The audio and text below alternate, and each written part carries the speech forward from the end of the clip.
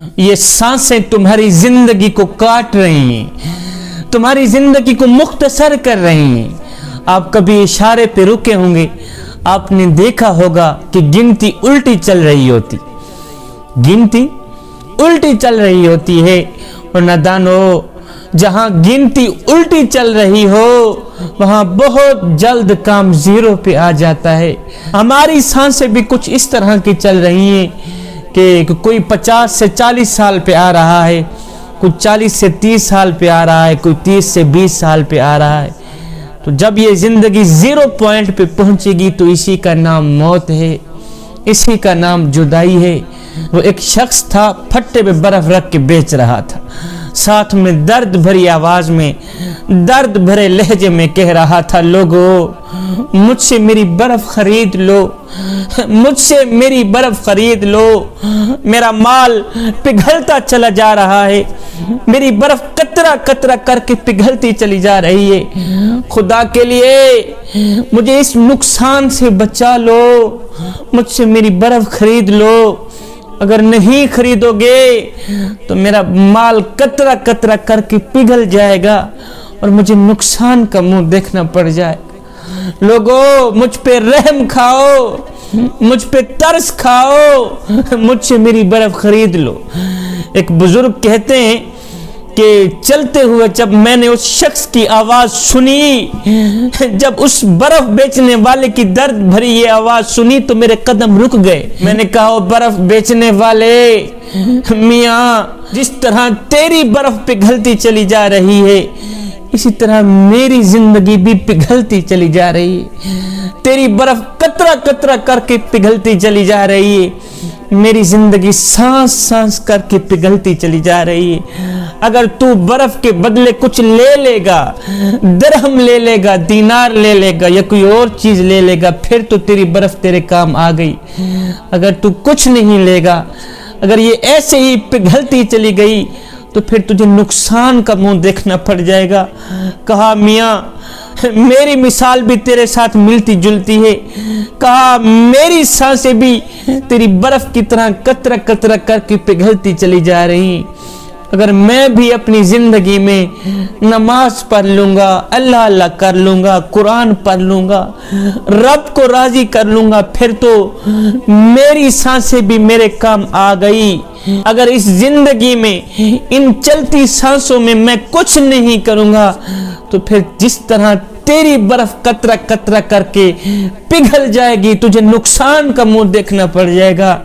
कहा, फिर मियाँ मेरा हाल भी वही तेरे जैसा होगा। अगर मैं अपनी जिंदगी में कुछ नहीं कर पाऊंगा तो फिर मेरी जिंदगी भी सांस सांस करके गुजर जाएगी। अगर मैं कुछ ना कर सका तो जिस तरह तुझे नुकसान का मुंह देखना पड़ जाएगा, इसी तरह क़यामत के दिन मुझे भी नुकसान का मुंह देखना पड़ जाएगा। आज की इस महफिल में आने वालों, अल्लाह का लाख लाख शुक्र अदा करो कि सांस आपकी भी चल रही है और इस वक्त जो आवारगी में घूम फिर रहे हैं सांस उनकी भी चल रही है। वो आवारगी में फिरने वाले लोग अपनी सांसें बेच के पता नहीं क्या खरीद रहे हैं। मुबारक हो तुम्हें कि इस वक्त तुम अपनी सांसें बेच के अल्लाह का दीन खरीद रहे हो। मुबारक हो तुम्हें कि तुम इस वक्त अपनी कीमती सांसें बेच के अल्लाह की मोहब्बत खरीद रहे हो, अल्लाह से दोस्ती खरीद रहे हो, कुरान खरीद रहे हो, ईमान खरीद रहे हो। जवानों, आज हमारी जवानियां किस रुख पे चल पड़ी, आज हमारी जवानियां किस समत पे चल पड़ी, किस साइड पे चल पड़ी।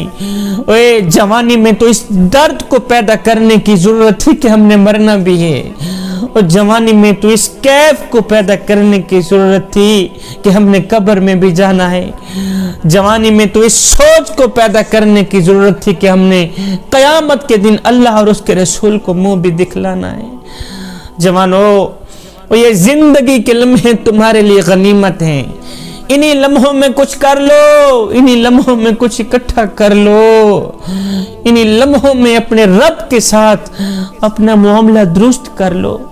और कहीं ऐसा ना हो कि मौत का फरिश्ता आए तुम्हारी आंखें बंद भी ना कर दे ता जिंदगी। वो एक बुजुर्ग था, बाजार में खड़ा रो रहा था। किसी ने देखा, पूछा, बाबा जी क्या हुआ? किसी ने मारा है, किसी ने पीटा है, किसी ने दुख दिया है, दर्द दिया है, भूख लगी है, किसी ने खाना नहीं दिया, प्यास लगी है, किसी ने पानी नहीं दिया, क्यों रो रहे हैं? कहा, ना बेटा ना, ये मेरे मसले नहीं। कहा, फिर क्यों रो रहे? उस बाबा जी ने कहा, बेटा रो इसलिए रहा हूं, आज मेरे मन ने मुझे कहा कि क्यों ना मैं रब की बंदों से सुलह करा दूं। मेरे दिल ने मुझे कहा कि क्यों ना मैं बंदों की रब से सुलह करा दूं। कहा, फिर क्या बन? कहा, बेटा ना पूछ, वो तो मानता है, ऊपर वाला तो मानता है, ऊपर वाला तो कहता है ले आए नहीं मेरी चौखट पर, और ले आए इन कम वक्तों को मेरी दहलीज पर, एक आंसू से सारे के सारे गुनाह धो डालूंगा। इनको बोल एक बार मेरी चौखट पे आकर तो देखें, एक बार अपना सर झुका कर तो देखें, और बख्शिश की हद न कर दूं मुझे रब्बुल आलमीन भी न कहना, बख्शिश की इंतहा न कर दूं मुझे रब्बुल आलमीन भी न कहना।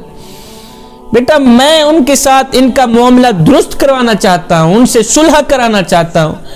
ये लोग मुझे घूर घूर के देखते हैं, उल्टा मुझे मारते हैं, मुझे तंग करते हैं।